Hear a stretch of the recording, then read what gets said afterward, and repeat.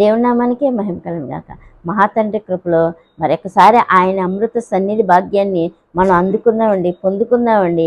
ఎందుకంటే ఈ ప్రాణాలు ప్రతి క్షణం కూడా ఈ గాలిలో వస్తున్నటువంటి విషము, ఈ గాలిలో ఉన్నటువంటి సాతానుడి యొక్క ప్రభావముతో ఎంతగా అట్టడుగు లోతుకి ఎంతగా భయంకరమైన పరిస్థితిలోకి వెళ్ళిపోతుందంటే మనకే తెలియట్లేదు అనమాట. అంత విధమైనటువంటి ఈ యొక్క ప్రాణ ఆత్మ వెళ్ళిపోతుందంటే వాడి మార్గంలోకి వెళ్ళిపోవడానికి, వాడి చీకటి బలంలోనికి, వాడి చీకటి విధానంలోనికి వెళ్ళిపోవడానికి ప్రతి విధానంలో కూడా వాడు పనినే ప్రయోగించేస్తూ ఉంటాడు అనమాట. అయితే మనం ఒక్కసారి దేవుని పాదాలు పట్టుకోవాలి. ఒక్కసారి అసలు నిజంగానే సరిపోదండి.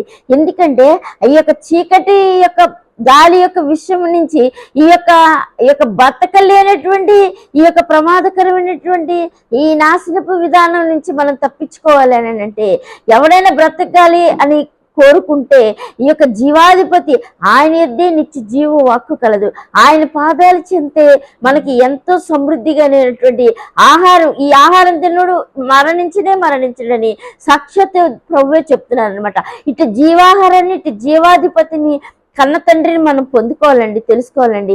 ఎందుకంటే ఈ క్రీస్తు ప్రభువారు ఎంత జుంటి తేనె దారాల కంటే అమృతమైనటువంటి ఆయన యొక్క మార్గపు మాటను, ఆయన యొక్క జీవపు మార్గాన్ని మన యొద్దకు తీసుకొచ్చారండి. అయితే ఎంతగానో భక్తులు పాత నిబంధన విషయంలో కూడా ఎంతగానో దేవుడిచ్చిన ధర్మశాస్త్రాన్ని తీసుకొచ్చారు, కానీ ఆ యొక్క నియమ నిబంధనలు ఎలాగున్నాయో ఆ విధమైనటువంటి మార్గాన్ని వాళ్ళు చెప్పారు.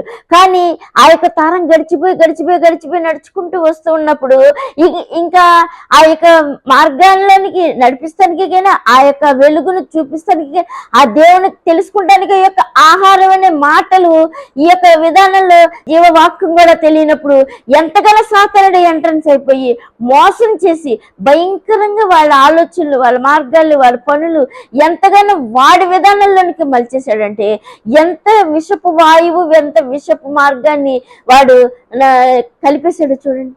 అయితే ఇక తీసుకొస్తానికి క్రీస్తు ప్రభువారే సాక్షాత్.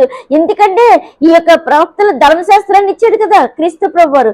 ధర్మశాస్త్రాన్ని ఈ యొక్క యెహోవా తండ్రి ధర్మశాస్త్రాన్ని ఇచ్చినప్పుడు మరి ఈ యొక్క ఆచరించిన ఈ యొక్క యాజకులే గాని, ఈ యొక్క దేవుని బిడ్డలే గాని, వినినటువంటి వీళ్ళే గాని ఇక ముందు నడటానికి చెప్పటానికి ఎవరు లేకపోయినా ఇచ్చిన ధర్మశాస్త్రం క్రీస్తు ప్రభువాన్ని ఆ యెహోవా తండ్రి పంపించాడు అనమాట. ఎందుకంటే ఈ యొక్క ధర్మశాస్త్రాన్ని ఇంకా నడవలసింది, వెలుగు మార్గంలోకి వెళ్లాల్సిన విధానాల్లో మనుషులు ఆ యొక్క జీవకరమైనటువంటి జీవ మార్గాన్ని, ఆక్సిజన్ కలిగినటువంటి బ్రతికించే విధానపు వెలుగులో నిలబడటానికి ఎవడూ లేకుండా పోయారనమాట. ఎందుకంటే ఒక్క చిటికలో ఎలా అపవాది వచ్చి మోసం చేసేసిందో చూసారండి. ఈ కాలంలో కూడా మనల్ని కూడా ఎంతగానో క్రీస్తు ప్రభువారి గురించి జీవమైన నిత్య మార్గమైన ఎంత బ్రతకింప చేయగల దేవదేవుని యొక్క మార్గాన్ని పొరపాటును కూడా అది తెలియజేయనిది అనమాట. ఎందుకంటే అదే దూరిపోయి దాని విషయాన్ని, దాని ప్రమాదాన్ని ఎంతగానో విర్రజిమ్మేసి ఆ యొక్క మనుషులందరినీ మత్తులోనికి, ఆ మనుషులందరిలోనికి ఏమి తెలియని పిచ్చ విధానంలోనికి, ఏమి విధానంలో బ్రతికి నడవగలిగినటువంటి, నిలబడగల నరపుత్రుడా లేసి నిలబడమన్నటువంటి క్రీస్తు ప్రభువారి యొక్క వాక్కు వినడానికి కావలసిన శక్తి బలం లేకుండా మొత్తం కూడా వాడు ఏం చేస్తున్నాడంటే సర్వనాశనం చేసేస్తున్నాడు మనిషిని. అయితే ఎంతగానో యెహోవా తండ్రి ఆ యొక్క క్రీస్తు ప్రభువారిని పంపించి ఆ మన్నాన్ని తిన్నవారైనా చనిపోయారు, కానీ ఆ యొక్క 40 దినాలు ఆ యొక్క దేవుని వాక్యాన్ని విని, ఆ యొక్క ధర్మశాస్త్రాన్ని పాటించి ఎంతగానో నడిచినా కానీ ముందుకెళ్ళలేకన్నటువంటి, బలం చాలకున్నటువంటి, దేవుని వెలుగు మార్గాన్ని చూడలేనటువంటి, దేవుని యొక్క శక్తి బలమును పొందుకోలేనటువంటి విధానంలో వాళ్ళు మసిలిపోతున్నప్పుడు ఆ యొక్క సాతాను ఎంతగానో మలాకి వరకు కూడా ఎంతగానో 7 ముద్రలు, 7 విధానాలు బంధించి పాడేసినంత విధానంలోనికి మనుషులు వెళ్ళిపోతున్నారంటే వాడి కుయుక్తి, వాడి విధానం ఎంత అనేది మనం ఒకసారి తెలుసుకోవాలంటే ఈ లోకంలో అడ్డుపోతే, ఈ లోకంలో ఇటుపోతే, ఈ లోకంలో ఏ విధంగా చేతనైనా బతుకుతూ ఉంటే కనుక పొరపాటును కూడా ఈ సత్యవాక్యం, ఈ జీవవాక్యం, ఈ యొక్క బ్రతికించే ఈ యొక్క దేవుని యొక్క గాలి అనేటువంటి దేవుని యొక్క జీవం మనకి దొరకటం అనేది చాలా కష్టం అండి. ఆగి కాస్త దేవుని యొక్క మార్గంలోనికి వచ్చి ఆయన విధానంలోకి వెళ్తే ఈ క్రీస్తు ప్రభువారే సాక్షాత్తు వచ్చి ఏం చెప్తున్నాడో చూసారండి. ఈ యొక్క సమర స్త్రీనే గాని ఆ యొక్క బావి దగ్గర వచ్చి దేవుని వాక్యం అయితే ఉంది, కానీ వాళ్ళ యొక్క శరీర పాపం, వారి యొక్క శరీర రోగం, వారి యొక్క విధానం గొర్రెలుగా ఆయన యొద్దకెళ్ళి ఆయన పాదాలకు అర్పణైపోయే మార్గం. ఎందుకంటే ఈ మధ్యలో ఈ దుష్టుడు నిలబడిపోయే పనులు వాడు చేపించేస్తున్నాడు అనమాట ప్రజల చేత. అయితే ఎంతగానో ఆమెకైతే దేవుని యొక్క ధర్మశాస్త్రం, దేవుని యొక్క ఆరాధించే భాగ్యం, పలానా కొండకెళ్తే మాకుందని, పలానా దేవాలయానికి వెళ్తే మాకుందని, మా యొక్క ధర్మశాస్త్రంలో ఉందండి, మా యొక్క మెస్సయ్య వచ్చి మమ్మల్ని రక్షిస్తాడండి అని ఎంతగానో ఆశ అయితే, దేవుని మాట అయితే, దేవుని జీవం అయితే ఉంది. కానీ ఈ యొక్క శరీరం ఉంది చూసారండి, ఇది నాశనమైనటువంటి మట్టి తప్పులు. దేవునికి, ఈ యొక్క దేవుని ఆరాధించే మనుషులకి కనపడినటువంటి చీకటి ఎంతగానో అగాధం కలిగించేసి ఆయన కనబడనీయకుండా ఈ శరీర అపరాధాలతో ఎంతగానో నింపి పాడేసేస్తుంది అనమాట. అయితే హృదయంలో మట్టుకు ఆశ ఉంది, పలానా దేవాలయానికి వెళ్ళాలి, పలానా కొండకెళ్తే మా తండ్రిని ఆరాధించాలి, మా దేవుని స్తుతించాలని ఉంది. కానీ ఏం చేస్తున్నారు, ఈ యొక్క పాపం అనేది, ఈ యొక్క కట్లు అనేది బంధించి పట్టేసేస్తున్నాయి అనమాట. ఈ యొక్క స్త్రీనే ఈ విధంగా చేసేస్తుందంటే ఆయన ఏర్పాటు చేసుకున్న జనాలే గాని, ఈ లోక నడవడికలో నడిపోతున్న మనుషులే గాని ఇంకేమన్నా ఉందండి? అంతుందండి. ఈ యొక్క సాతానుడు చేసే మోసకరమైన, నాశనకరమైన వాడి యొక్క నరక పనులు, వాడి యొక్క నరక విధానాలు ముద్రించి వేసి పడేసినటువంటి ఆ యొక్క దుష్టుణ్ణి ఎవరైనా గమనించగలరా? అయితే క్రీస్తు ప్రభు వారు ఏం చేస్తున్నాడు, అమ్మ ఆరాధించవలసింది ఈ కొండ మీద కాదు, ఈ స్థలంలో కాదు, ఈ మార్గంలో కాదు. అయితే దేవుణ్ణి ఆరాధించాలంటే ఆత్మ, ఆయన ఆత్మ కాబట్టి ఈ ఆత్మతో, సత్యముతో, పూర్ణ హృదయంతో, పూర్ణ బలంతో ఆయన ఆరాధిస్తే, ఆయన సేవిస్తే ఆ యొక్క నిత్య దేవుణ్ణి మీరు ఇంకా నిజంగా పొందుకుంటారండి అని ఎంతగానో జీవపు మార్గాన్ని క్రీస్తు ప్రభువు చెప్పాడంటే, ఈ రోజున మనం అంతకంటే పాపిష్టులు, నరక పనులే, నరక విధానాలు మనకి కూడా దేవుని యొక్క ఆత్మ ఉన్నది. దేవుని యొక్క ఆత్మ మీలో కూడా ఉన్నది. అది ఆత్మతో ఆయన్ని ప్రేమించి, ఆయన ఆరాధించి, ఆయన పొందుకుని, ఆయన యొక్క వాక్యాన్ని, ఈ యొక్క మన్నాను, ఈ యొక్క జీవ వాక్యాన్ని మీరు తింటే బలం కలిగి, ఈ యొక్క రోగం అనేది, ఈ యొక్క పాపం అనేది రాలిపోయి మీరు ఆత్మలో ఉన్న క్రీస్తు ప్రభువుని తెలుసుకొని ఆత్మతో ఆరాధిస్తారమ్మ మీరు. అప్పుడు ఆయన పొందుకునే భాగ్యం కలుగుతుంది. ఎందుకంటే ఈ యొక్క విషపు గాలి, ఈ యొక్క విషం పెచ్చు పెరిగిపోయింది కదా. పెచ్చు పెరిగిపోయినప్పుడు ఇప్పుడు భయంకరమైన సునామీ లాంటి వరద వచ్చింది అనుకోండి, మనుషులు ఎంతగా నిలబడతారు చెప్పండి ఆ నీళ్ళలో. అయితే ఎవరైనా వచ్చి ఒక చెయ్యిచ్చి, లేకపోతే ఎవరైనా కనపడని ఒక సహాయం వచ్చి, బంగారు తండ్రిగా ఆయన రక్షిస్తానికి చెయ్యిచ్చాడు అనుకోండి, మనం ఎంతగా ఆశపడతాం. ఆ విధమైన పరిస్థితులు ఆ రోజున ఆ జనానికి కూడా క్రీస్తు ప్రభు వారి యొక్క మార్గాన్ని చూపించాడు. ఆయన ఆత్మతో ఆరాధించాలండి, సత్యంతో ఆరాధించాలి, పలానా చోటికి పలానా విధానానికి కాదమ్మా. క్రీస్తు ప్రభు వారు ఎంతగానో మార్గాన్ని, ఆ యొక్క సూక్ష్మాన్ని తెలిపి ఆత్మతో, సత్యముతో ఆరాధించడానికి ఈ యొక్క జీవ వాక్యాన్ని ఏంటో, ఈ యొక్క నిబంధన వాక్యం ఏంటో ఆయన ఇచ్చి, అంటే మాకు మెస్సయ్య వస్తాడండి, ఆయన ఇస్తాడని చెప్తున్నప్పుడు నీ ముందే ఉన్నాడమ్మ మెస్సయ్యని ఆ రోజుల్లోనే దేవుడు ఎంతగానో ప్రత్యక్షత పరుచుకొని ఆ యొక్క జీవపు వెలుగులో ఆశ కలిగి దేవుని పొందుకోవాలనుకున్న ప్రాణాన్ని లేవనెత్తి ఆ యొక్క మరణపు తప్పు నుంచి, ఆ యొక్క శరీర విధానపు మరణ తుల్లి నుంచి విడిపించి ఆయన వాక్యంతో ఆత్మను బ్రతికింప చేసి, ఆయన సత్యంతో శరీరాన్ని స్వస్థత పరిచి, ఇంక మీదట ఏ విధమైనటువంటి వంకర మార్గం, తప్పు మార్గం, దేవునికి చూడలేనటువంటి అడ్డుబండగా సాతాను ఆలోచన ముక్కలైపోయే విధానాన్ని ఆయన కాల్చివేసి, ఆయన వాక్యంతో నరికివేసి దూరపరిచి ఆ యొక్క జీవ మార్గాన్ని, ఆ యొక్క వెలుగు మార్గాన్ని ఎంతగానో విశదంగా తేటపరిచి ఆత్మతో ఆరాధించాలి. అక్కడికి వెళ్ళి ఇక్కడికి వెళ్ళి కాదు, దేవుని సత్యవాక్యంలో ఉన్నదనమాట దేవుని మార్గం, దేవుని సత్యవాక్యంలో ఉందనమాట దేవుని యొక్క జీవం. దేవుని ఎలా ఆరాధించాలో ఆత్మతో అనేది ఆయన అమృత తండ్రి మనకు నేర్పిస్తాడు అనమాట. ఇది జీవాధిపతిని మనం పొందుకుంటే మనం ఎంతో బ్రతికిపోతామండి. ఎందుకంటే ఈ లోక మరణ గాలి, ఇక్కడ జరుగుతున్న ప్రతి పరిస్థితి మనం చూస్తున్నాం కదండి. ఈ రోజున కూడా దేవుడు ఈ కడవరి దినాల్లో మనతో ఉన్నా కూడా తప్పిపోయినటువంటి మనల్ని గొర్రెలుగా, మన దేవుడు అంటే ఆశ ఉంది, కానీ మన యొక్క పాపము ఆయనకి మనకు అడ్డుగా ఉన్నప్పుడు దాన్ని వదిలించుకోలేక దాన్ని దూరపరచుకుంటే మన వల్ల అవుతుందని మన వల్ల కాదు. అయితే బలవంతుడు జయాన్ని, లోకాన్ని, సాతాన్ని శరీరాన్ని జయించిన జీవాధిపతి రక్తం వల్ల, జీవాధిపతి మాట వల్లే మనకు సాధ్యం. ఆయనే రక్షించగలడు, ఆయనే సాధ్య స్వరూపుడు అనమాట, ఆయనే చేయగలడు. కాబట్టి ఆయన ఈ యొక్క తప్పిపోయిన గొర్రెల్నే గాని, ఈ యొక్క ఆత్మల్నే గాని ఆయన యొద్దకు చేర్చగల సర్వభౌముడు, సర్వశక్తిమంతుడు క్రీస్తు ప్రభువు ప్రాణం పెట్టిన యేసయ్య ఏమంటున్నాడు ఒక్కసారి దేవుడి వాక్యం చదవండి. లూకా సువార్త 15వ అధ్యాయం 1వ వచనం చదవండి. చూసారా, పాపులను ఆయన బోధ వినుటకు అవును ఆయన దగ్గరకు వచ్చుచుండగా అవును పరిశీలను శాస్త్రులను అది చూచి ఇతడు పాపులను చేర్చుకొని అవును వాటితో కూడా భోజనం చేయుచున్నాడని చాలా సనుక్కునేది. అందుకైన వారితో ఈ ఉపమానము చెప్పారు. మీలో ఏ మనుషునికైనా 100 గొర్రెలు కలిగి ఉండగా వాటిలో ఒకటి తప్పిపోయిన ఎడల అతడు 99 అడవిలో విడిచిపెట్టి తప్పిపోయినది దొరికి వరకు దాన్ని వెతక వెళ్ళడా. అది దొరికినప్పుడు సంతోషంతో దాన్ని తన భుజముల మీద వేసుకొని ఇంటికి వచ్చి తన స్నేహితులను పొరుగులను పిలిచి సంతోషించు, తప్పిపోయిన గొర్రె దొరికినది చెప్పాను కదా. చూసారు, నిజంగా ఆ రోజుల్లో కూడా ఎంతగానో ధర్మశాస్త్రిస్తే వారు తప్పిపోయారు.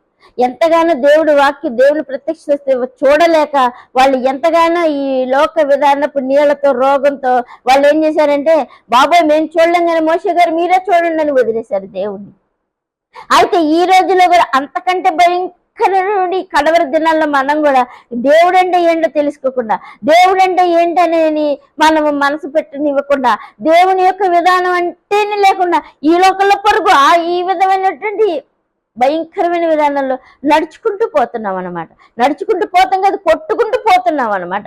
అయితే ఇంకా క్రీస్తు ప్రభు తన ప్రేమతో ఈ తప్పిపోయినటువంటి మన లాంటి గొర్రెల్ని ఆయన యొక్క అమృత ప్రేమతో పిలుస్తున్నాడు. అయితే నశించుచున్న వారికి వెర్రితనం అనిపిస్తుంది. ఏంటి గొర్రెలు అంటాడండి, ఏంటి రక్షిస్తానంటాడండి, ఈ లోకంలో డబ్బే కదా మనల్ని రక్షిస్తేది అనేటువంటి ఒక పిచ్చోడికి ఏమన్నా మనం ఒక బుర్రలేనోడికి ఏదైనా పెట్టామనుకోండి, వాడు తింటే లేకపోతే వదిలేస్తాడు. వాడికి తెలియదు కదా ఏంటది నువ్వు నాకు పెట్టావనేది మాట కూడా సరిగ్గా మాట్లాడు అనమాట. వాడి భాషలో మాట్లాడుతూనే ఉంటాడు పిచ్చోడు. అలాగే ఏ విధమైనటువంటి ఈ లోక విధానం కలిసిన వాళ్ళు మనం ఏం చేస్తామంటే, ప్రభు అంటే ఎవరో తెలియని విధానంలో మనం వెళ్ళిపోతున్నామంటే ఈ కడవరి దినాల్లో నాశనం వైపు నశించిపోతామండి. అయితే దేవుడు ఏం చెప్తున్నాడంటే, ఆత్మతో సత్యంతో ఆరాధిస్తే దేవుని మీరు పొందుకుంటారు, ఆయన నిత్య మార్గాన్ని కలిగి ఉంటారు. ఆ ఆత్మ ఎక్కడుందంటే దేవుని జీవవాక్యంలో ఉంది, మీరు పొందుకోండి. మీరు గొర్రెలుగా ఉండే మీరు రక్షించబడతారు. అది ఎందుకంటే ఈ 99ని విడిచిపెట్టి ఒక్కటైన వంట కోసం దేవుడు ఎలాగెళ్ళాడో నేను కూడా మీకోసం అలాగే కడవరి దినాల్లో నా వాక్కును పంపించి మిమ్మల్ని రక్షిస్తానికి మీకు చెప్తున్నాను అన్నప్పుడు, దేవుడి వాక్యాన్ని మనం ఎర్రి మనసుతో కాకుండా దేవుని వాక్యాన్ని దేవుని మనం విధానం కలిగి, ఎందుకంటే పుట్టించిన ఆయనే ఈ యొక్క ఆత్మ నరకానికి పోకుండా ఆయన యొద్దకి తీసుకొచ్చానికి మాటిచ్చి చెయ్యిచ్చి లేపుతాను అన్నప్పుడు ఆ జీవాధిపతి మాట వింటే మనం ఎంత రక్షించబడతాం కదండి, ఈ గొర్రెలాగా కాపాడబడతాం కదండి. అప్పుడు ఎంత సంతోషం అని కూడా ఎంత ఉదాహరణతో ఎంత మాదిరితో ఎంతగా దేవుని మార్గాన్ని విశదీకరించి ఆయన యొక్క మార్గాన్ని ఎంత సూక్ష్మంగా తెలిపాడు. సంతోషిస్తారు. ఎందుకంటే రక్షించబడ్డ వాళ్ళకంటే కాదు, ఎవరైతే నా మాట విని మారు మనసులు పొందుతారు, నిజంగా వారు తగ్గించుకుని నా యుద్ధకు వచ్చి పౌరస్వరం ఈ యొక్క దేవుని యొక్క వాక్యాన్ని హృదయంలో చేర్చుకుంటారు, వారిని నేను గొర్రెగా రక్షించి నా భుజముల మీద వేసుకుని మందలో చేరుస్తాను అంటున్నాడంటే, ఈ కడవరి దినాల్లో ఎంతగా భయంకరమైన నాశనం కొట్టుకుపోయి ఈ యొక్క చీకటి విధానంలో దాని చేతిలోకి తీసేసుకుని సాతాడి చేతిలో నుంచి విడిపిస్తానికి పౌరస్వరం వినపడుతుందండి. ఇటు దేవదేవుని మనం కలిగి ఉండి ఇటు ఆయన గొర్రెగా ఆయన మాటలు వింటే మనం రక్షించబడతామండి. ఎందుకంటే మనం నిజంగానే దేవుని యొక్క గొర్రెలమై ఉంటే ఆయన పాదాల చెంతకి వెళ్ళిపోతామండి. ఆయన భద్రపరుస్తానని ఇంతగా దేవుడు వాక్యం పంపిస్తాడంటే మనం ఆయన వైపు మనసు ఉంచాలి. అయితే మనం ఏం చేస్తున్నామంటే ఈ లోక విధానంలో ఈ లోక పొరుగులో మనం పడిపోతుంటే మనం యొక్క 1 కోటి రూపాయలు 10 కోట్ల సంపాదించండి ఎంత జాగ్రత్తగా బీరువాలో తెస్తాం మన విధానంలో. అలాగే ఈ యొక్క విధానంలో కూడా ఇంకా ఎవరైనా ఉన్నారా?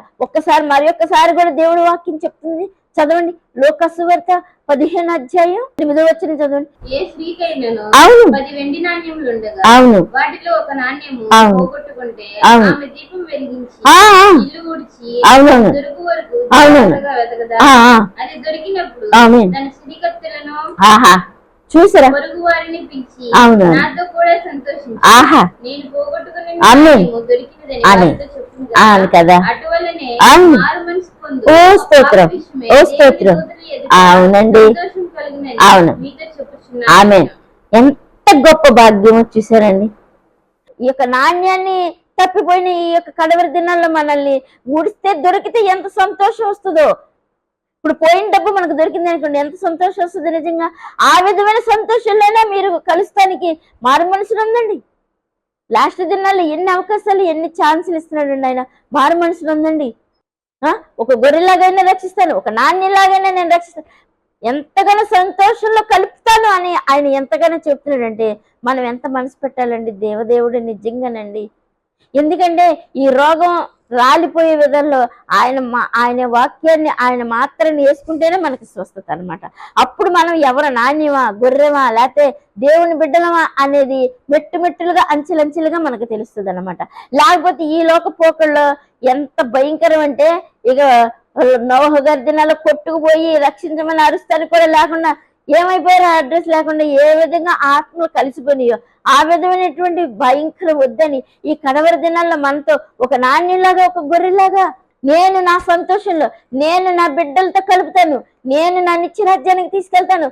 ఒక డబ్బు దొరికితే మనిషికి ఎంత సంతోషమో, ఒక తప్పిపోయిన గొర్రె దొరికితే ఎంత సంతోషమో, అంతకంటే గొప్ప మంచి కాపర్నైనా నేను కూడా మిమ్మల్ని నా మాట, నా స్వరం వినిపిస్తున్నాను. మీ హృదయాల దగ్గర, మీ చెవులతో నేను నా స్వరం వినిపిస్తున్నప్పుడు మీరు ఒక్కసారి తలుపు తెరిచి ఈ యొక్క జీవవాక్యం ఏంటి, దేవుని మార్గం ఏంటని తెలుసుకుంటే ఆ విధంగా నేను మిమ్మల్ని నా సంతోషంలో పాలు పొందినిస్తాను. దూతల యొక్క సంతోషంలో, నా యొక్క సంతోషంలో, నా నిత్యరాజ్యంలోనికి మిమ్మల్ని తీసుకొస్తానని ఇంతగా సూక్ష్మంగా చెప్తున్నాడంటే ఒక్కసారి మనం మనసు పెట్టాలి కదండి. ఇంకా కూడా దేవుడు ఏం చేస్తాడో తెలుసా, ఒక తప్పిపోయిన కుమారుడిలా కూడా పోల్చి మనల్ని ఎంతగానో రక్షిస్తానని చెప్తున్నాడండి. ఒకసారి అదే అధ్యాయంలో చివరి వచనం చదవండి. లోకాసువార్త 15వ అధ్యాయం 20వ వచనం చదవండి. వాడు ఇంకా దూరంగా ఉన్నప్పుడు అవును, చూసారా, తండ్రి వాడిని చూచి అవును, కనికరపడి పరిగెత్తి వాని మెడ మీద పడి అబ్బబ్బబ్బా స్తోత్రం. అప్పుడు ఆ కుమారుడు అతనితో, తండ్రి, అవును నాయన, అవును నాయన, నీ ఎదుట పాపం చేసి అవును నాయన, ఇక మీదట నీ కుమారుని అనిపించుకున్నట్టు తండ్రి తన దాసులను చూచి అవును ప్రశస్త వస్త్రం త్వరగా తెచ్చి ఓ స్తోత్రం. ఉంగరం పెట్టి చూసారండి, ఆమేన్. కొవ్విన దూడను తెచ్చి మనం తిని స్తోత్రం. నా కుమారుడు చనిపోయి మరలా బ్రతికాడు, ఆమేన్, తప్పిపోయి బ్రతికానని చెప్పాను. ఆమేన్, స్తోత్రం, సంతోషపడసాగి. ఆమేన్. అబ్బా, ఎంతగా దేవుడు ఉపమానంతో, ఎంతగా తప్పిపోయిన నాశనం అయిపోయి ఈ లోక మెట్టాడులో కొట్టుకుపోతున్న మనల్ని కూడా కుమారుడుగా చేర్చుకొని, ఎందుకంటే ఆయన ప్రాణం ఇచ్చి, ఆయన ఆయుష్ ఇచ్చి, సమస్తం ఇచ్చితే మనం ఈ లోకంలో ఏం చేస్తున్నామండి, నాశనం అయిపోయి నేలతో పాటు కొట్టుకుపోతున్నాం. నాశనం నరకాన్ని తీసుకెళ్లి సాతానుడితోనే సహవాసం చేస్తున్నాం. ఆ యొక్క తప్పిపోయిన కుమారుడు కనుక వేశ్యలతోటి, పందులతోటి వెళ్ళి ఎలాగున్నాడు, ఆ విధమైన విధానంలో మనం కూడా ఈ లోకంలో మనం అదే విధంగా మనం పోతున్నామండి. ఒక్కసారి దేవుడి వైపు ఇస్తే, ఒక్కసారి మనం తగ్గించుకొని తండ్రి వైపు తిరిగితే, ఆయన మాట వింటే, ఆయన పాదాల చెంత రావాలని మనసు వస్తే, ఆయన యుద్ధకు, ఆయన జీవవాక్యంలోనికి మనం వచ్చి ఆయన మార్గంలోకి వస్తే తండ్రి పరిగెత్తుకుని స్వయంగా వచ్చి మెడ మీద పడి ముద్దు పెట్టుకున్న రీతిగా దేవుడే ఆయన యొక్క మందలోనికి, ఆయన యొక్క గొర్రెల్లోనికి, ఆయన యొక్క స్వాస్థ్యంలోనికి ఆయన కుమారుడుగా చెప్పులు తొడిగించి, ప్రశస్త వస్త్రం కట్టించి, ఉంగరం పెట్టి కూడా ఎంతగానో దేవుడు ఆయన బిడ్డగా చేసుకుని ఆయన నిత్యరాజ్యానికి తీసుకెళ్ళిపోతాను అన్నప్పుడు ఇటు అమృత తండ్రి వాక్యాన్ని మనం వింటే మనం ఎంత బాగుపడతామండి, ఎంత రక్షించబడతామండి. ఇంత గొప్ప పౌరు స్వరాన్ని మనం వింటే ఎంత అమృత భాగ్యం అండి మనకి. ఎందుకంటే ఆయన మన కోసం ప్రాణం పెట్టాడండి. ఇట్ట నాశనకరమైన విధానాల్లో కొట్టుకుపోతున్న మనల్ని ఆయన మన కోసం ప్రాణం పెట్టాడు. కాబట్టి ఇంతగా చెప్తున్నప్పుడు, ఇంతగా దారి చూపిస్తున్నప్పుడు, ఇంతగా ఆత్మతో మీ ఆత్మను రక్షిస్తానని ఆత్మ రూపంలో, ఆత్మ విధానంలో కూడా పోలికతో చెప్పి ఆయన ఇంతగా బలపరిచి ఇంత జీవవాక్యాన్ని ఇచ్చాడంటే మనం ఒక్కసారి ఈ తప్పిపోయిన కుమారులాగా మనల్ని తగ్గించుకుని ఆయన వద్దకు వస్తే ఆయన కుమారుల్లో, ఆయన స్వాస్థ్యంలో చేర్చుకుని ఎంతో సంతోషంలో, పెండ్లి విందులో, ఆయన నిత్య మార్గంలో, పరలోక రాజ్యంలో చేర్చుకుని, మారు మనసునందున మనల్ని ఎంతో శుద్ధీకరించి ఆయన గుంపులో కలుపుకొని, ఆయన బిడ్డలుగా చేర్చుకొని, ఆయన నిత్య మార్గంలో తీసుకెళ్ళిపోవడానికి ఇంకా ఆయన చేయించి, ఆయన స్వరం ఇచ్చి, ఆయన మాట ఇచ్చి బలపరుస్తున్న మనల్ని దేవుని వైపు తిరిగి ఆయన ఎంతో గౌరవంతో, యోగ్య మనసుతో ఆయన మాట విని ఆయన పాదాల యొద్దకు వచ్చేసి ఆ సంతోషంలో మనం కూడా ఉన్నామండి. ఆమేన్.